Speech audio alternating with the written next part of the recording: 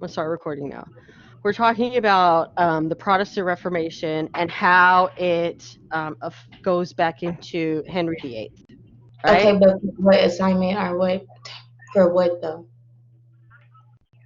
I'm sorry?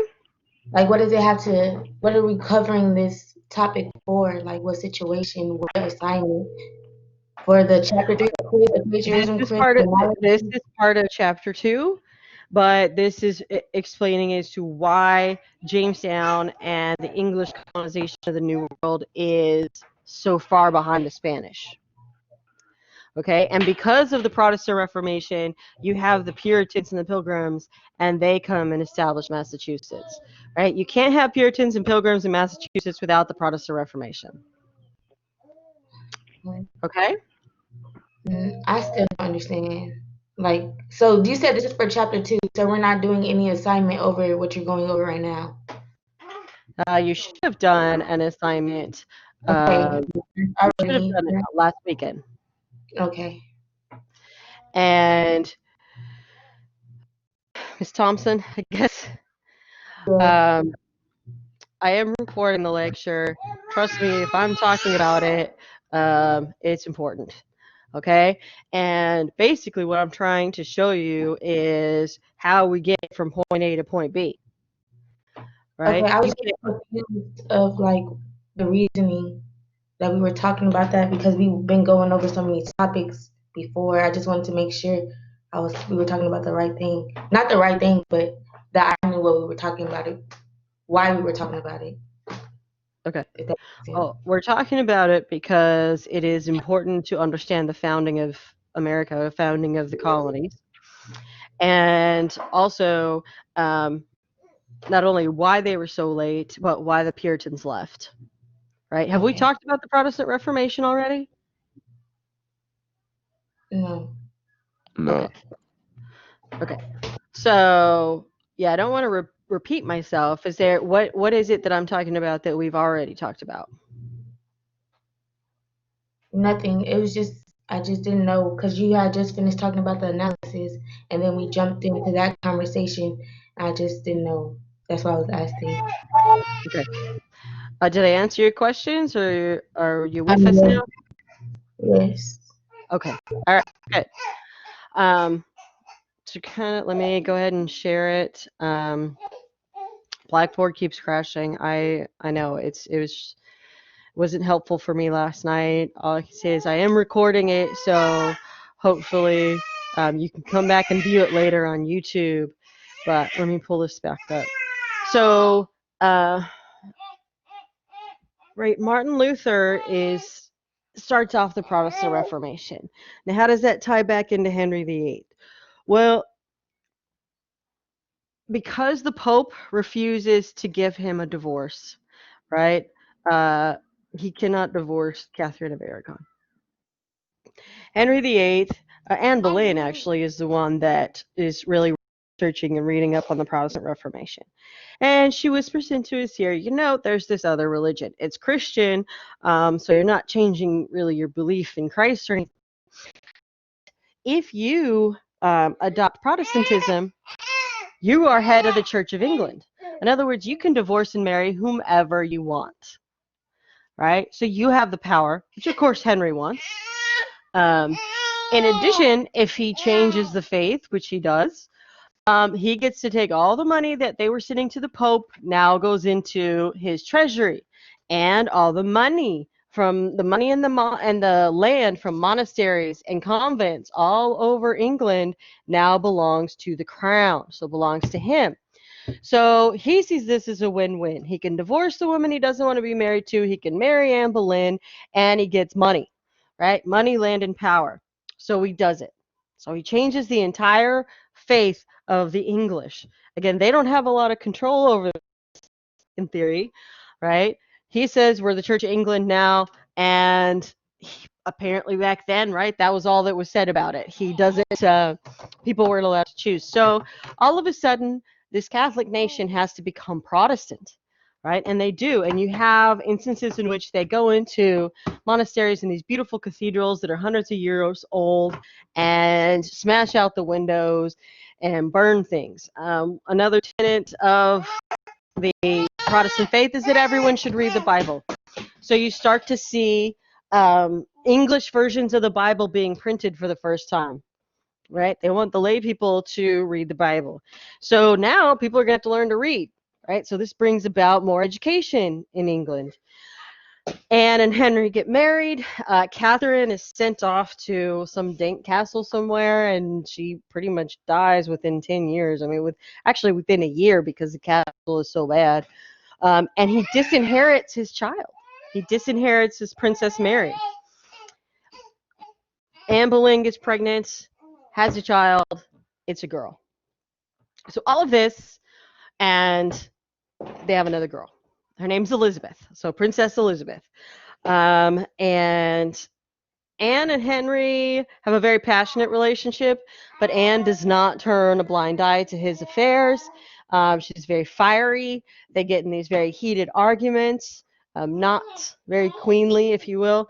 And a lot of people do not like her. They don't like her because they adored Catherine of Aragon, because they think she's a whore, because they think that she is just after power and deposing people, and she flaunts it. She gets rid of Cardinal Wolsey. She puts her family in places of power.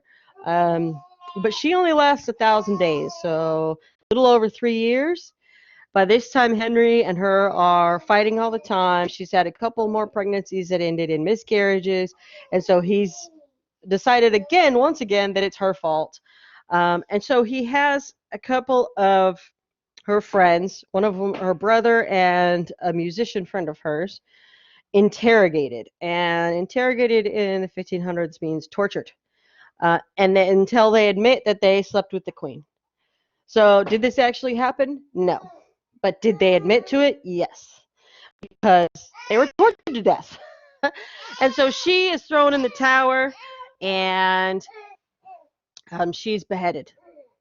Right? The thing about Anne Boleyn is she's not that stupid. She did not cheat on her husband.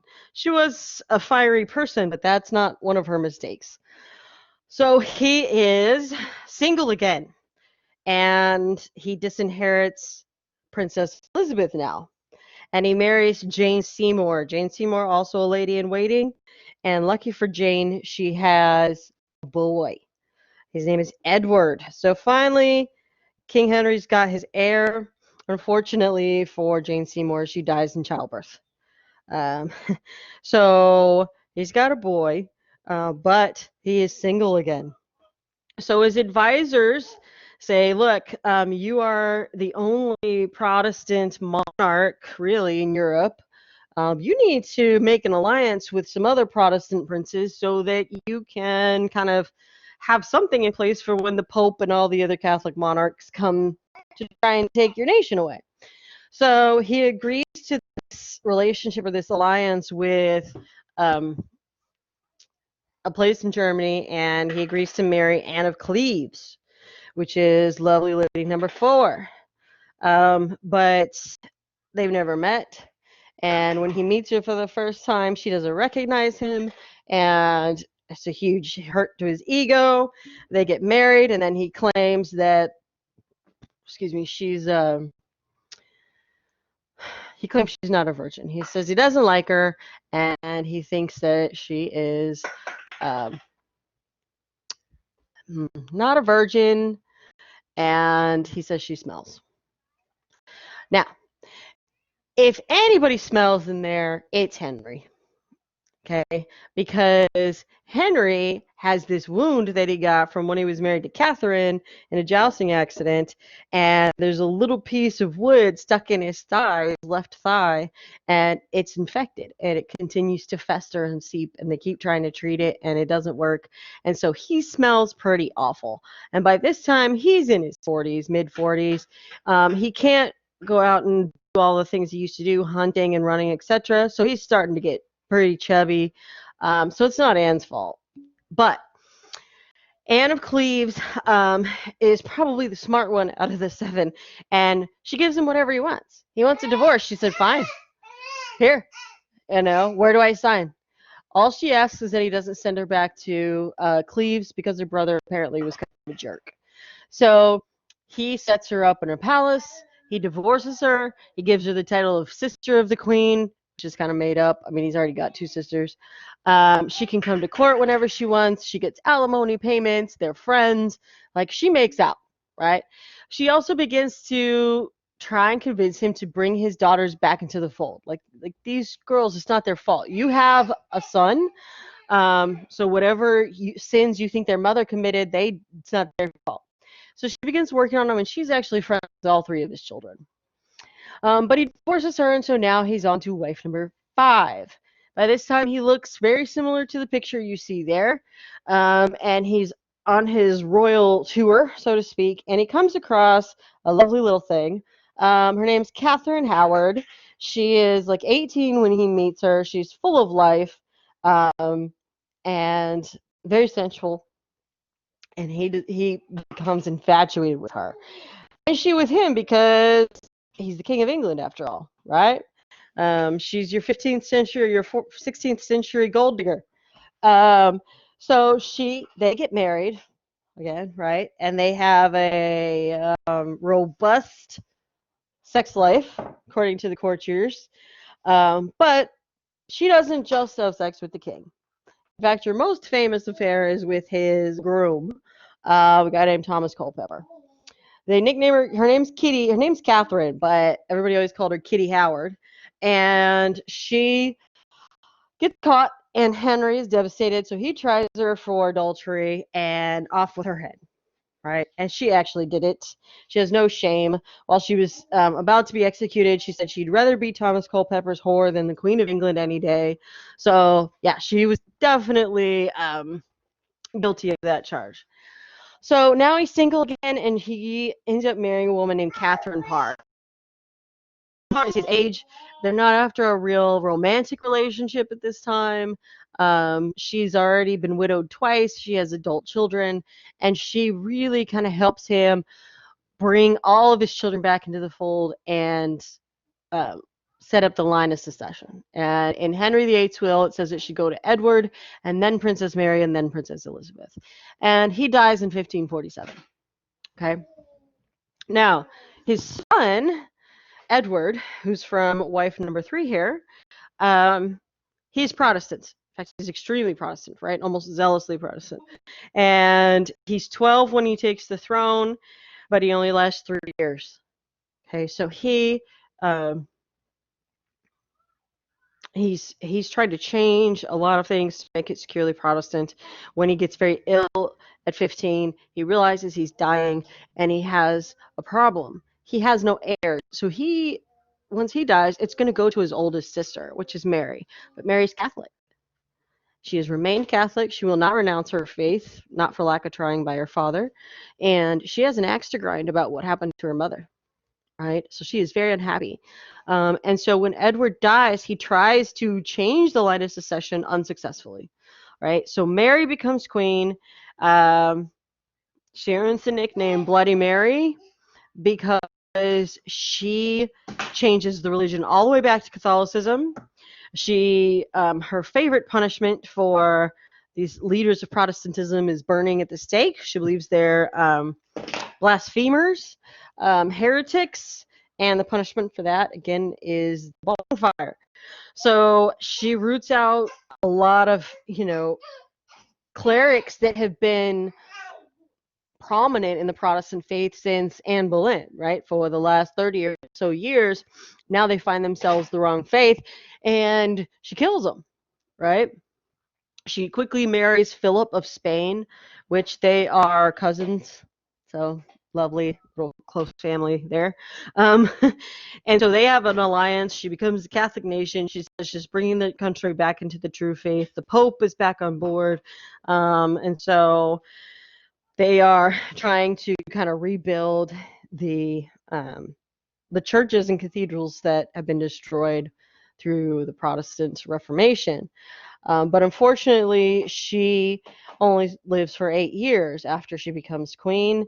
She has a couple of what they call false pregnancies, and what we think now is that she actually had uterine cancer or ovarian cancer, which made her think that she was pregnant when in actuality it was a tumor. So she dies after 8 years, and we have Elizabeth. right? Elizabeth is the third in line. She's Anne Boleyn's daughter, and she is a Protestant. So here we go again. We go back to Protestantism. So in less than 100 years, the religion of England has gone from Catholic to Protestant to Catholic back to Protestant, right? And so if you can imagine, the citizens of England are just like, I don't even know what religion I'm supposed to be today. I hope God forgives me, right? And Elizabeth, though, she has a very long life. She's a very stabilizing force. She preaches tolerance. She said, look, the official state religion is the Church of England, of which I am the head. We are Protestant. However, it's kind of a don't ask, don't tell. I am not going to go root out people and interrogate them and torture them to make them prove how Protestant they are to me. If you say you're Protestant, fine. Don't, worship Catholicism in public, and I'm going to leave you alone, right? So she has a very good reign, and this is what we call the Elizabethan era. They call it the Golden Age. Shakespeare writes plays. This is during the Shakespearean era. She sponsors the arts. She opens up universities. She pushes education and reforms all around, right? But she's also one who starts colonization. So when she begins thinking about this, right, you have the Spanish who have been at this point, we're talking about the 1580s, have been colonizing for over 100 years in the New World, or close to 100 years in the New World. So how is she going to kind of compete with that? And she's broke because her father and all his wives and Mary and her brother, they all spent money with no way of kind of bringing more money back in. So she um, meets up with this guy, Sir Francis Drake. All right. Now, he's an explorer. He's circumnavigated the world already. He's knighted by Elizabeth. Um, and he's a pirate most of the time. Right. That's not his main goal, but if he happens upon a Spanish treasure galleon, he robs them. Right. And so Elizabeth's okay with that. King Philip of Spain, again, her former brother in law, wants to marry her. He wants to keep that alliance, and basically he wants to control England, is what he really wants. And she says, nope, nope, nope, nope. Not only does she not like him, she thinks it's really shady that this is her brother-in-law, right? Her former brother-in-law. Um, but she also comes to the conclusion she's not going to marry. She says she's going to be the Virgin Queen of England, and that's where you get the name Virginia. So Sir Francis Drake and her talk about colonizing the New World. And she gives him a letter of marque, basically making him a legal privateer, and says, do what you will. You have my blessing, but I can't give you any money, right? So it's important, though, because he does need her blessing. He does need permission. But he needs money, too. Right, so he gets together some investors, and so the English are colonizing through joint stock companies. And these are groups of investors that agree to put in a little bit of money to sponsor this exploration attempt. And then if it doesn't work, they're only out the little bit of money. But if it does work, then they can take their share of the profits. So it's a lot like our modern day corporations that are on the stock market. It's called a joint stock company. And so he organizes this and sets sail. All right. And let me close this out and we will stop sharing so it doesn't look weird. And I'm going to show you a different one. Here we go. Um,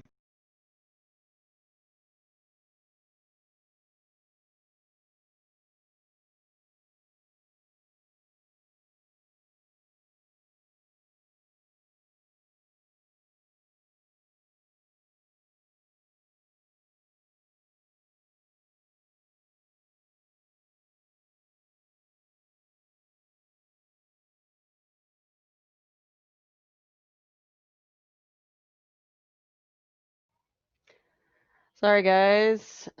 Kick me out. All right. So it looks like we're still recording. But I have no chat messages. Awesome. Okay, so if you have put in your name already, you're going to have to put it in again because it just shut it down. Yes, thank you. I'm sorry about that. Blackboard apparently is not happy with us this morning. Okay.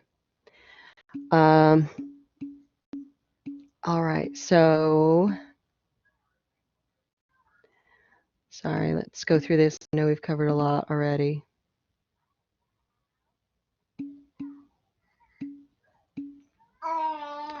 All right, we're going to get to, all right, we talked about her, Sir Walter Raleigh. All right, so the first colonization attempt by the English happens in 1587. Sir Walter Raleigh comes to North America. He said it's North America. He has 117 colonists with him, and he names the area of Virginia after Elizabeth, the quote-unquote Virgin Queen, and sets up this place called Roanoke. And he puts it in a significant location. He wants to hide it from the passing Spanish that are also up and down the coast. But he also wants to keep it close to the coast so that they can access it. And so in 1587, he lands with 117 people, and he says, all right, sets them up with provisions. They build a fort to protect themselves.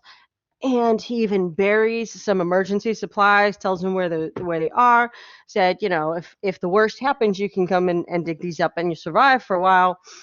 But I'm going to go back to England and get more provisions and, let everybody know that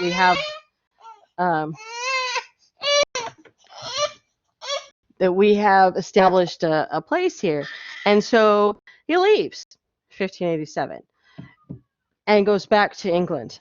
Unfortunately, though, we have something called the Spanish Armada. Philip, pissed off because Elizabeth rejected him and that she's Protestant, builds something called the Spanish Armada, which is this huge navy of ships, and attempts to invade England and take it over. England, again, British Isles, they're islands, so hence the navy. So when Walter Raleigh gets back, she obviously knows that the Spanish Armada is coming and says nobody leaves, everybody stays and fights for the homeland. If we can't secure England, it doesn't matter about the colonies, right? So you have to stay and protect the home. And they do. So he stays. In 1588, the Spanish Armada is defeated, right? But he can't get back to Roanoke until 1590. Okay, so it's been 3 years since he's been back there. So he goes back there, takes an expedition with him, and he goes to the fort where Roanoke is and finds nobody. Nothing. It hasn't been burned down. It looks like they just walked away, right? So he does some investigating. There's not been a fire. There's no massacre. There's no skeletons, on the ground. All the emergency provisions have been taken up. So have been dug up and used. So there's just nobody there. And on the entranceway into the fort, on that tree that's right there, is carved the name Croatoan. Right? And so this is a bit of a mystery, right, for historians, because we don't know what happened to those people. We just know they're not there, right? Now, there's a couple of theories about this, and the one that I believe is that, first of all, we know that Croatoan was the name of the Native American tribe in that location, and I believe they just went to the Native Americans. I think that they got desperate. They didn't know how to farm in that sandy soil, and they ran out of food. People were starving. People will do anything when they're starving, right? So they went to the Native Americans, who may have offered them food, or they just went basically begging, and the Native Americans took them in. And the reason why I believe that is A, because of the name Croatoan, but B, because the next generation of Native Americans in that area had a lot of light-skinned, blonde-haired, blue-eyed children. Okay, and so the proof is in the next generation. So that's what we think happened. But again, they just disappeared. So he goes back home and starts trying to get another expedition together, and that's where we have Virginia. I'm sorry, that's where we get together the Virginia Company. And the Virginia Company, again, is a joint stock company. But it takes him a while. It takes him about 15 years to get the money and the expedition stuff together again. So let me do this because we need to pull up. Here we go.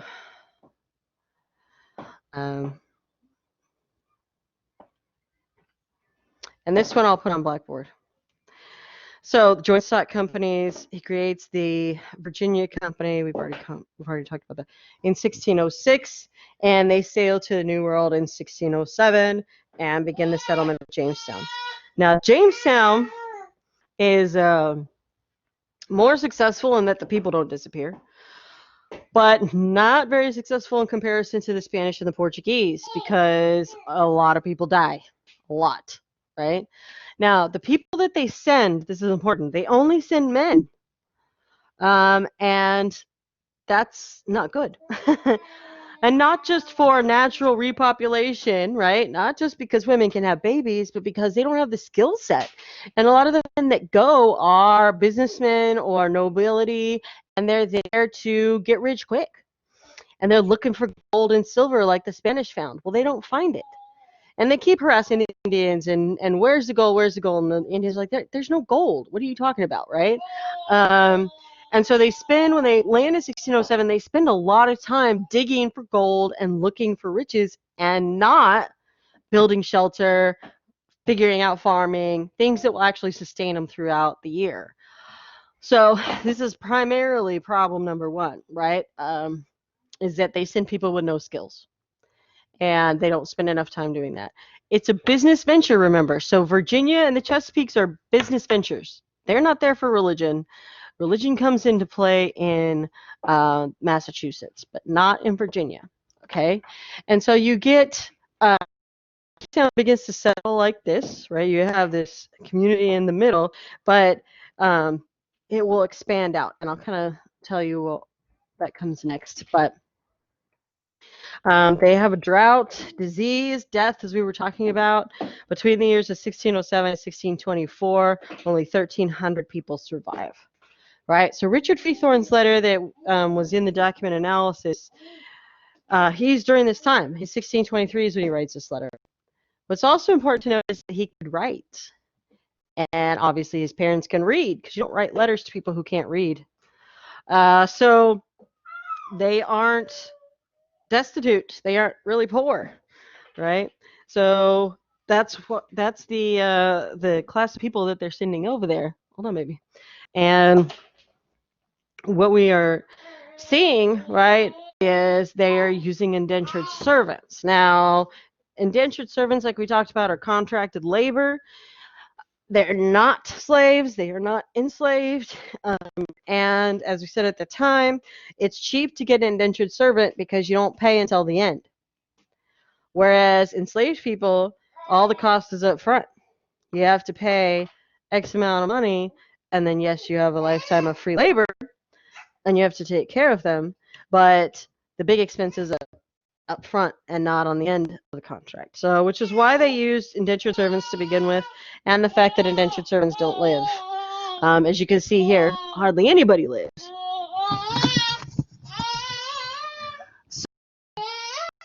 The Virginia Company is having a hard time because people are realizing that this is basically a death trap. Although they do try to use propaganda and censure what is coming back in the forms of letters, etc., telling people how it really is.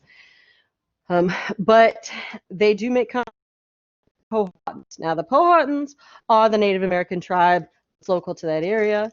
Again, the natives are making friends with the Europeans because for their own advantage, in other words, so that they will get technology that will help them have an edge over their own enemies, and the Europeans desperately need the Native Americans' help, especially the English. Okay? And so they make an agreement with the Powhatans. The Powhatans show them how to farm, show them how to survive, they trade with them, and this is where you get the story of Pocahontas. right? Thank you, Disney. Um, but obviously, right, it isn't exactly like the Disney story. Pocahontas is the princess of the chief of the Powhatan tribe. She does save John Smith from death, and later on goes on to marry him and goes back and tours Europe with him. But uh, they have a tenuous relationship, right? And so John Smith and John Rolfe come over to Virginia and really work the place back into shipshape, right? They start instituting rules about if you don't work, you don't eat. So none of this, I'm going to come over here, I'm a noble, you guys go find the gold and I'll take it back home business. No, no. If you don't go out there and help build shelter and help farm and do all that, I'm not going to feed you. So they start instituting rules like that. Uh, John Smith and John Rolfe start sending letters back to the Virginia Company and saying, look, you need families to immigrate, not just men. Stop sending just groups of men, right? We have to have families. We need women. We need children. Um, these people need a vested interest to make this a success. So they really start changing things. Virginia starts to turn itself around. And as more people come to Virginia and begin to live, right, you start to see a shift not only in the type of labor that they want, but also in the people that come to Virginia. Tobacco cultivation, this also comes from John Smith and John Rolfe, and tobacco saves the colony. Okay, it saves it from complete annihilation. Again, we said it's a business venture, meaning that they need to make a profit. And so that isn't always the best way to start a colony, just FYI, because there's a lot of lean years in the beginning. So they bring tobacco to Virginia, and it turns out it grows very well in Virginia. So they begin growing it, and tobacco farms need a lot of land and a lot of labor. So they spread out. They have large farms. They live on these farms. They are not very close to their neighbors. So they don't have a lot of protection in numbers, right? In addition to that, right, you need labor. So that's the indentured servants. But starting in 1619, we see a switch. We start to see it gradually changing. In 1619, of course, you see the first sale of an enslaved African person in Virginia. Okay, and so as people start living longer, it becomes more economical to purchase slaves. Okay, so what happens?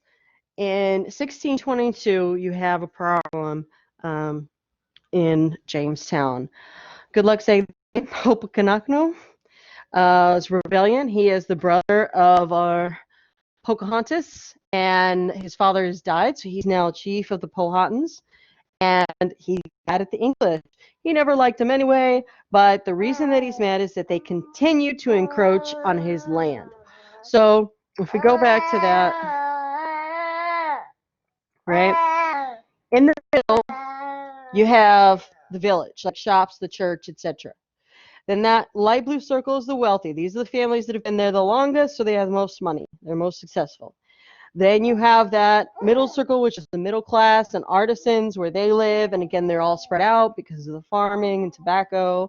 And then the outer white circle is land that has been given to indentured servants. Now, these indentured servants are not indentured anymore, right? They've been given this chunk of land as the end of their contract. But as the population increases and people start living longer, they start pushing out further and further. And who's on the outside? Native Americans. So the natives are really upset that this keeps getting bigger and bigger. They keep encroaching more and more on Native American land. And so in 1622, we have a rebellion. And the Powhatans burn the whole place down. Burn it down. Light up and basically destroy Jamestown. And in 1622, you also see the collapse of the Virginia Company. And it goes bankrupt. And the crown is forced to take over Jamestown in 1624. And they make it a royal colony. it loses its independence there. Really becomes a royal colony for James the First. So we're going to stop there today. Again, if you haven't put your name in this chat, please do so because we lost the chat about 15 minutes ago. Thank you, Blackboard.